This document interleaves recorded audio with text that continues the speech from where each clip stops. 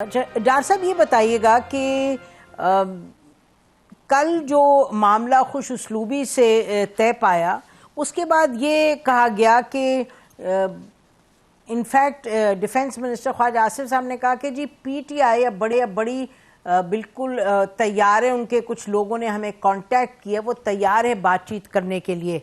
तो ये बताइए कि क्या इस पे आप लोगों की सोच है? कल का तो बहुत अच्छा मामला बड़े अच्छे तरीके से आगे बढ़ा, तो अब आगे का बताइएगा। जी बिस्मिल्लाहिर्रहमानिर्रहीम नामदू नसल्ली अला रसूलिल करीम।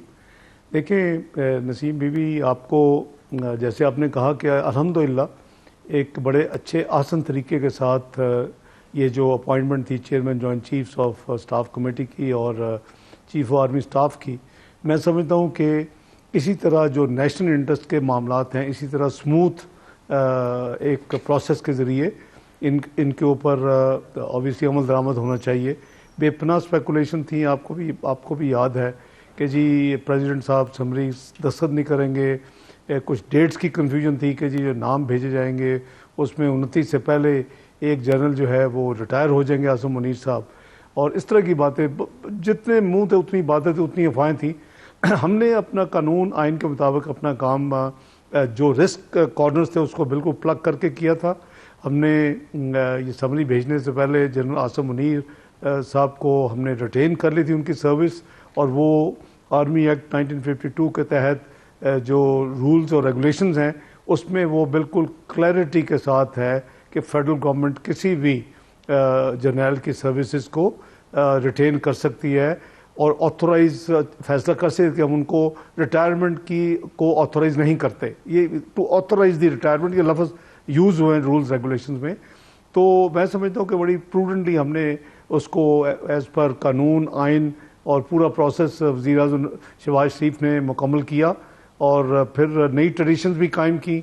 काबीना से को शेयर किया कि मेरी ये सोच है, मैं ये करने जा रहा हूँ। हालांकि वो आइन में 243 सब आर्टिकल 4 में प्राइम मिनिस्टर का प्रोगेटिव है कि वो फैसला करें कि किन को करना है, लेकिन रिटेंशन उन सर्विसेज किसी भी 3 स्टार की जो है वो ऑब्वियसली फेडरल गवर्नमेंट की जिम्मेदारी है। उसके लिए तो काबीना कल हुई और वो प्रोसेस, तो मेरा ख्याल है कि जब आप रिस्क जो होते हैं या जो स्पेस होती है उसको ब्लॉक कर देते हैं, प्लग कर देते हैं, तो फिर यही होता है जो आउटकम था। अब मैक्सिमम जो चॉइस थी सदर मोहतरम के पास कि वो अगर वो इन्वोक करें 15 दिन की जो डिले है, फिर उसके बाद भेजें, फिर एक और 10 दिन, फैसला तो वो इम्प्लीमेंट हो जाना था at the end of the day. और मैं समझता हूँ कि प्रूडेंस इसी में थी, और नेशनल अदारों के साथ हमने जो माजी में एक DG IRC की अपॉइंटमेंट के लिए दुनिया में एक अपने आप को लाफिंग स्टॉक बनाया था, वो नहीं होना चाहिए, क्योंकि अदारे और उनकी जो रेपुटेशन, उनकी इंटेग्रिटी, उसकी क्रेडिबिलिटी को हमें मद्देनज़र रखना चाहिए। तो हमारा प्लान बी भी तैयार था, क्योंकि एक वैक्यूम नहीं आ सकता। एक तरफ 2 अपॉइंटमेंट्स होनी थी, दूसरी तरफ 2 हमारे जो इस वक्त सिपा सलार थे और चेयरमैन जॉइंट चीफ थे, उन्होंने रिटायर होना था। तो इसी प्रोसेस में उनकी रिटायरमेंट को ऑथोराइज कर दिया गया।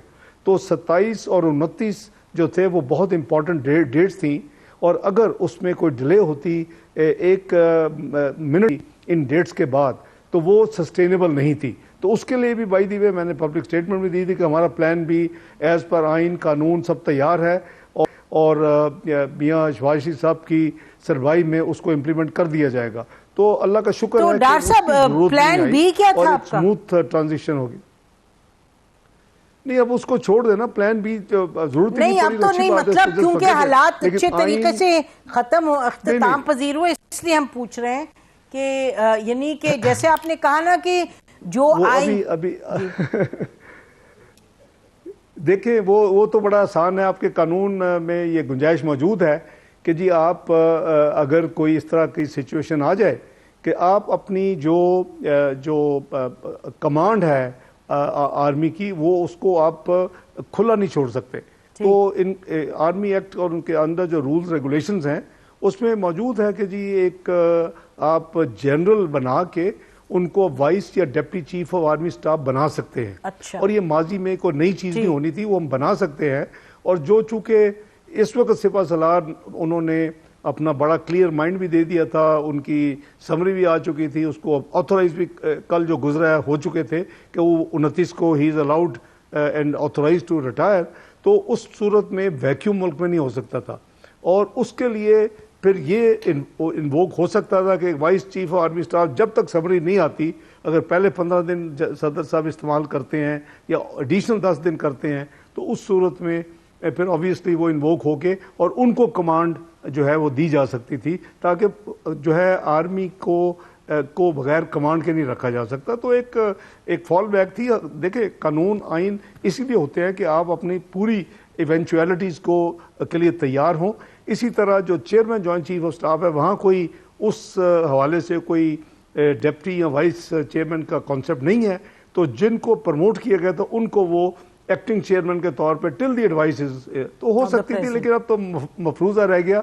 दिस ऑल फॉल बैक जो तैयारी थी वो इन्फेक्शस हो गई, और उसकी अल्हम्दुलिल्लाह मैं 100 दफ़ा अल्हम्दुलिल्लाह कहूँगा, उसकी जरूरत नहीं पड़ी, और everything has gone smooth. So out going के लिए बहुत best wishes, good luck, and जो इनकमिंग है उनके लिए प्रेयर्स के अल्लाह ताला उनको तौफीक दे कि पाकिस्तान के बेहतरीन मुफाद में वो, जैसे हमेशा एक्सपेक्ट किया जाता है, सब अदारे भी, सब जो ज़िम्मेदारान हैं, चाहे जो जिस भी अपना पाकिस्तान के यानी कॉन्स्टिट्यूशनल पोजीशंस में हैं, वो अपना किरदार अदा करें, अपनी जिम्मेदारियां निभाएं। तो इंशाल्लाह मुझे कभी उम्मीद है कि पाकिस्तान मजीद बेहतर दिन देखेगा इंशाल्लाह। अच्छा, ये बताइएगा कि आपकी प्रेसिडेंट साहब के साथ मुलाकात भी हुई थी कोई 8-10 रोज पहले, तो ये बात दुरुस्त है कि वहां आपने इस चीज को डिस्कस किया था और एक अंडरस्टैंडिंग भी थी प्रेसिडेंट के साथ के मामलात कोई बिगड़ेंगे नहीं? देखिए, वो मेरा ख्याल है थोड़ा सा मुनासिब नहीं होगा कि जो प्रेस रिलीज़ है नसीम, अगर आप उसी में इत्तफाक कर लें।